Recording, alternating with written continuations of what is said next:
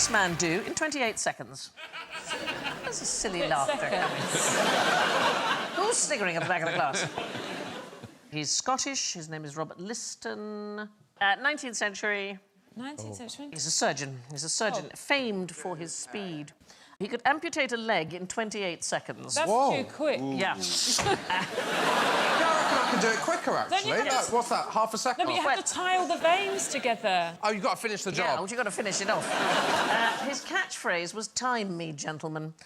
So, I know. In those days, theatres were called that for a reason, because people sold tickets and there were spectators. Yeah. So what happened on this one particular occasion, it did not go all that well. One time he accidentally chopped off a patient's testicles along with his leg. No. Too high up the leg. I know, right?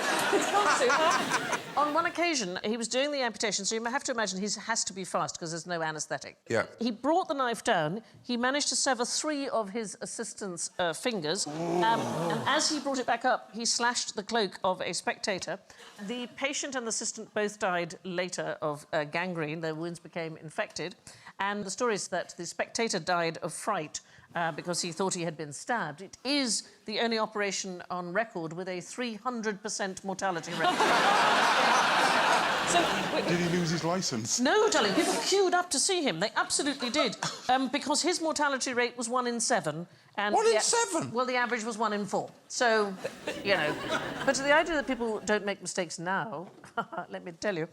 In 2019, a hospital in Leicester paid out £20,000 to a man they had circumcised by mistake. He'd gone in for a procedure on his bladder. He said he got distracted chatting to the nurses. What? Yeah, so he didn't notice he was having the wrong operation until it was too late. He described it as a real surprise.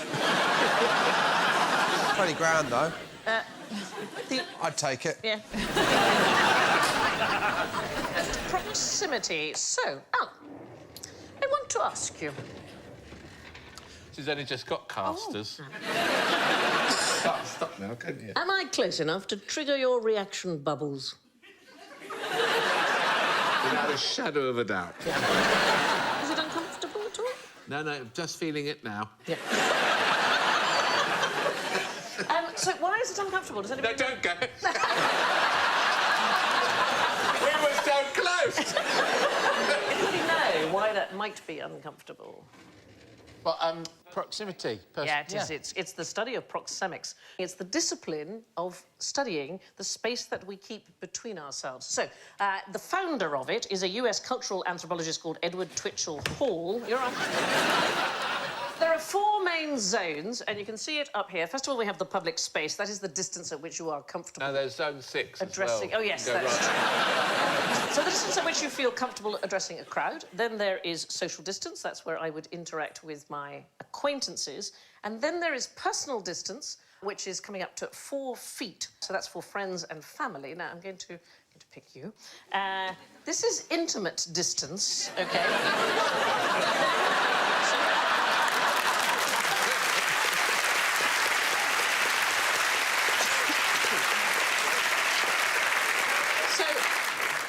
I've never met you before, have I? No, Mum.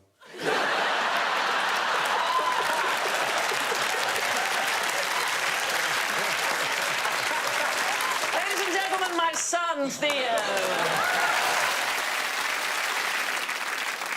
What's red and ruffy? Oh, hello. Who's allowed that photograph to be taken of themselves? Mine. Strictly Come Dancing said it's in high definition and you wear a leotard. And I thought, got it. What they were saying was, please do something. Because the first time I got the fitting, I was wearing shorts. And so I had to go for the very first time at the age of 43 for a bikini wax. And it was the most terrifying thing that's ever happened in my entire life. It really was. It was exposing and strange, and afterwards I was so cold. To be fair, Susan, if somebody suggested you have a wax if you're wearing shorts... These are going to get shorter, babe, I think. Unless we are transporting triantulas, I think... Isn't it one of those things that when you've been for 17 years and you just kind of stopped caring because neither of us are going to find anyone else, so you just kind of let it all kind of join up. But it's also knowing what's in vogue if you haven't been on the market for a while, isn't it? Because, you know, I've been with my partner for 20+ years, and back then it was plaits and beads. Sort of Willie Nelson, if you will. So, did you... OK. Did you go... what's the thing? Bermudan? What's the thing? Bermudan triangle when everything disappears. Just a ship disappeared up there. There were 2 pilots. Like, oh. What year is it? Is it 42? The things I seen. What's it called when you have... Brazilian. Not Bermudan Triangle, Brazilian. So the Hollywood's nothing, the Brazilian's the strip, and then there's something where you just go, just make me a bit like... The Macclesfield. Just... Deal with that. Moving along. The question was, what's red and ruffy? And it has nothing to do with these pants at all. Why are we looking at this picture, then? Well, it was meant to spark conversation, and weirdly it did. How would you test to see if it's warm enough to put your plants outside? Go outside. So it's now still in underpants, bottom... Well, if you take them off and you shrivel up, it's too cold. Put your pants back on. If it looks like a little mushroom peeping out of a bush. How smelly your pumps are, is it that? Excuse me? What? I love this, but I can only describe it as a cul-de-sac of conversation. So I'm going to steer you back to the motorway of actual information. Oh. It's not that, then? It's not that. No. In order to assess, you sit down with your bare bottom in the ploughed field, and if it is comfortable enough to sit on the field, then it is warm enough to plant out your crops. I'm telling you, science funding is a sham. They are having a laugh out there making stuff look... Last Take day. your pants off and sit over there. Unbelievable. Does this initiative actually work? Are there hundreds and thousands of farmers up and down the country wearing no pants and sitting... With bum prints across their fields, as far as you can see. Maybe that's how they get crop circles. Which is better, symmetrical knees or symmetrical nostrils? Oh. I know. Who would have thought there was a choice? Which is better? Yeah, which is better? I'd say knees. Why would you say knees?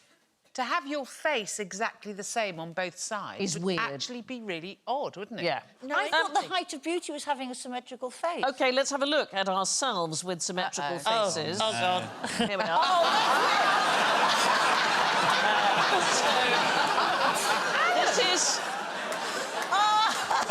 This is the left side of your faces replicated. It's had more impact on your head, isn't it? Good God. I look terrified. I look like a chipmunk. So that's our left sides. Let's have a look at our right sides and see if we think that's any better. Oh! Christ, you're straight out of Star Trek. Alan, you don't look like yourself at all. Oh, look at Alan. I feel really sad for him there. Here's another interesting fashion for royals. Louis XIV, he had a fashion that a courtier should have one long fingernail. Why was that? My husband's got one special toenail for scratching his eczema. It's awful, isn't it? Is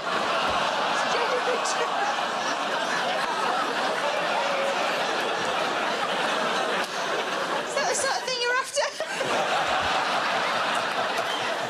I feel in this show you and I are in danger of oversharing. And you seem to be fine with that, though. That's... Yeah, as long as he keeps it to himself, I'm all right. Right. Yeah. He hasn't really, has he, now? No. He's only told me quite recently, and we've been together for nearly 15 years. So there's nothing I can do about it now, is what I'm saying. Yeah. I'm stuck with it. Except maybe pay more attention in the future. So the one long fingernail, what do we reckon? Is that a cane that he's leaning on, or is that the fingernail? want that to be... No, he didn't have the fingernail, so it was the courtiers who had... Everyone else had to have the fingernail. Yes. Is it to do with his anus? Let me just get that out of my head. What's it doing in your head? Just imagine it.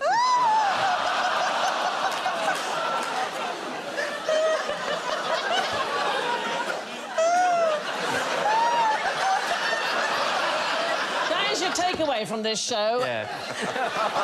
Pulsating termite and a fingernail up Louis XIV's arse. Now... So in this reality, he said, Yeah. I want any of you to be ready. Yeah. There's no Yes. telling who I'm going to ask No. to stick their fingernail up my anus. No, it's... I want So- you all to grow it. I don't want it to be a specialism. I want to say, you, now. Time for an experiment. I'm going to show you what happens when water reacts with magnesium and silver nitrate. So I'd ask the panel to put their safety goggles on, please. Now I have to charge this. Are you ready? You didn't do that. I did. Isn't that fantastic? That didn't come from that. Yeah, So that is what happens when water reacts with magnesium and silver nitrate. Can anybody tell me when a reaction like that happens in the body? when you've eaten a lot of very spicy food and you have gas. It's a really specific moment like that, but on a much, much smaller scale. Sneezing, ejaculation. Well, you're close. Conception. It is the moment when the sperm and the egg meet for the very first time. Sparks literally fly. So when a sperm enzyme activates a human egg, there is an explosion of zinc. And the human egg has got about 8,000 zinc compartments, and each one contains around 1 million zinc atoms. So at the point of conception, they're all released in a display that looks just like tiny fireworks, and it goes on for about 2 hours. So did you just fire semen at that? Is that what... So is it like a firework display? Yes. Different ones? No. Yes, but Well, like tiny, different- darling. It's not as big as Yeah, that. I realise that. Zinc compartments.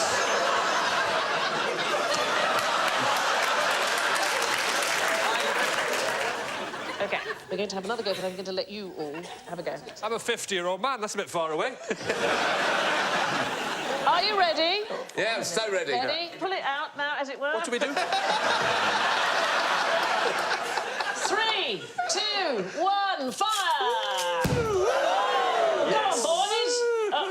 Oh, for goodness sake.